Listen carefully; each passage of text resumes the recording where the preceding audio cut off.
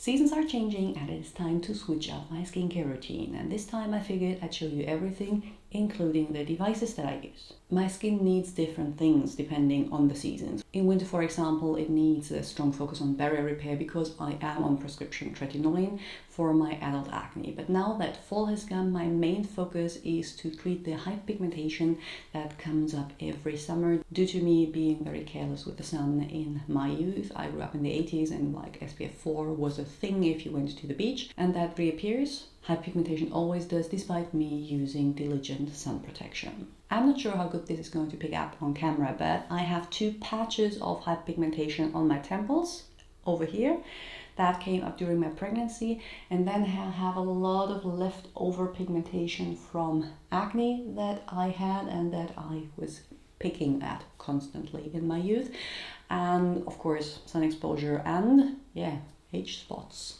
Yay!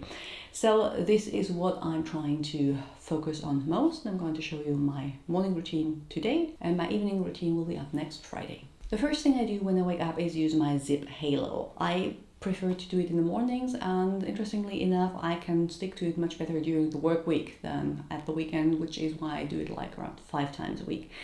They do have plans in the app, which I like, and they came up with one that is called Post-Summer Skin that I'm currently doing, that is like freshening up everything and targeting hyperpigmentation. Although, spoiler alert, I don't think the Zip is very helpful at targeting hyperpigmentation. It's more like an overall lifting. I have in-depth videos about that.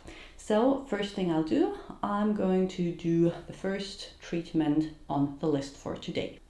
I'm using 4 pumps of the golden gel. You can use whatever gel you prefer. I just like that one and I get it for free, so I use it. It is quite expensive though, and there are other ultrasound gels or conductive gels you could use up on Amazon if you are on a budget and not in the lucky position that the brand sends you the stuff.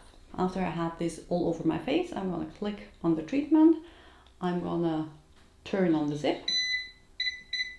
Now it is synced and I'm going to start. I'm obviously not going to make you watch me go through like 15 minutes of treatment. I'm going to speed that up and talk to you in a bit.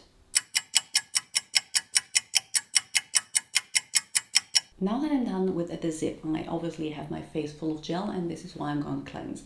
I don't always cleanse in the morning. I cleanse all summer because I sweat at night, but if your skin isn't too oily, I don't think cleansing in the morning is definitely necessary. But with your face full of gel, it obviously is. The cleanser I'm using at the moment is from Geek & Gorgeous Jelly Joker. It's just a no frills gel cleanser that is non-stripping.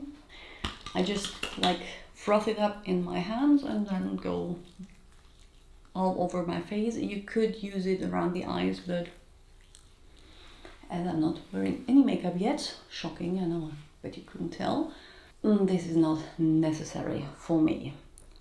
And when I'm done, I'm gonna rinse it off, be right back. And then I'm back to toning stage. I alternate, I exfoliate 3 times a week, and I use another toner at the other days. The one I use on the other days is the ordinary Saccharomyces Ferment 30% Milky Toner. Still enjoy that a lot. And no, I do not think this counts as exfoliating toner. It's just hydrating, maybe a little bit brightening, really, really lovely texture. But as today is exfoliation day, I'm going in with Paula's Choice 2% BHA liquid exfoliation, and I'm going to concentrate that on the T-zone where I still get congestion like this, and then just bring it out on the cheeks, because fellow women over 40, we all know that this hormonal bead area is an area of congestion as well. This is what I do year round. And then I go in with, right now I'm using the ordinary glycolic acid 7% exfoliating toner for extra exfoliation against the hyperpigmentation, because salicylic acid is good against congestion but not so good against hyperpigmentation.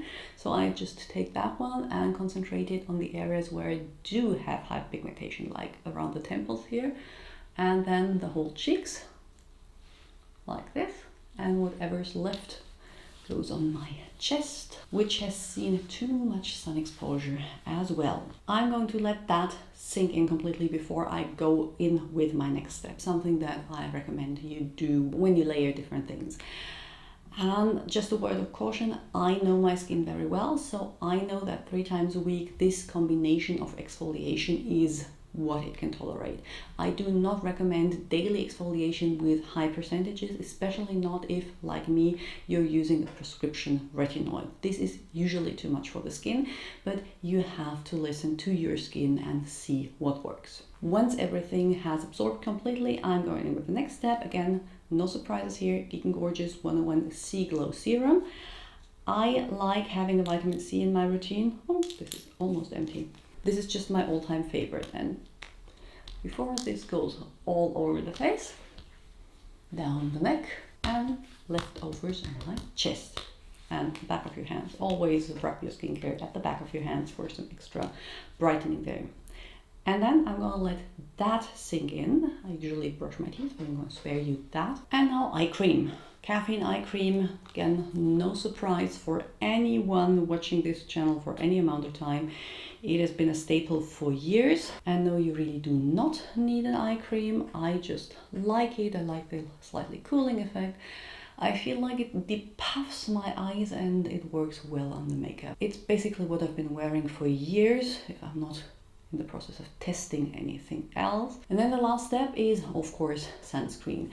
I still don't use a moisturizer in the mornings because my skin is still combination with oily parts, and it's so humid here, like 80%, 90% humidity with the constant rain we're experiencing in Germany, that my skin just doesn't need it. That might be different for you depending on your skin type or the climate you live in. But for me, hydrating sunscreens, currently I'm using the Biore UV Watery Essence Aqua Rich, which I really enjoy, but I also still like the Beauty of Joseon one and the Skin 1004 Hyaluronic one. All these are like, don't eat your sunscreen. All these are ones that work well on the makeup and are hydrating, and I reach for when I'm not outdoors exercising or sweating or at the beach. I always take it around my eyelids as well in a thin layer. It's important to find one that you can do because skin cancer on the eyelids is a thing. And of course the ears and behind the ears. And yeah, if I'm wearing something like this, not a turtleneck, I'm using a separate sunscreen on my body. And that's my morning routine, usually much quicker if I'm not talking through it. And yeah, see you next Friday with the evening one.